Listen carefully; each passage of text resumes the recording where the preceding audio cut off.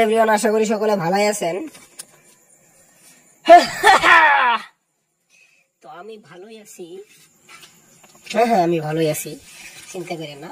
তো সর্বপ্রথম যেটা বলবো, আপনারা চ্যানেলে নিচে দেখবেন লাল বাটন আছে, সেইখানে সাবস্ক্রাইব করেন, লাইক করেন, শেয়ার করেন, কমেন্ট করেন। আসল কথাই সালমান খানের আরো একটি মুভির নাম জানা আছে, যার নাম হচ্ছে ব্ল্যাক টাইগার, যেটা টাইগার 4 হতে পারে। ইয়েস, টাইগার 4 খুব শীঘ্রই আসতেছে।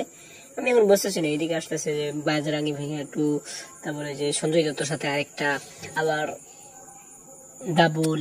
এখন কোনটা যে শুরু করবে এটা কিছুই জানা যাচ্ছে না।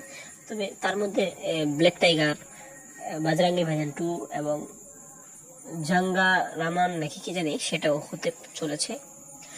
সো গাইস, এতটুকুই। মানে দেখা যাক সালমান ভাই আবার কি একটু আসে, কোনটা যে আগে শুরু করলে জানাই না, কিন্তু ব্ল্যাক টাইগার তার হাতে রয়েছে, যেটা খুব শীঘ্রই শুটিং শুরু হতে পারে। আমার মনে হয় সর্বপ্রথম কিকটুই শুরু হবে, তারপরে আস্তে আস্তে ব্ল্যাক টাইগার একটু দেরি হতে পারে, আবার নাও আসতে পারে, কিন্তু আসার সম্ভাবনা আছে। কারণ আমার মনে হয় টাইগার 3 ফ্লপ গেছিল, না, একটু হিটে গেছিল, হবেই। Thank you.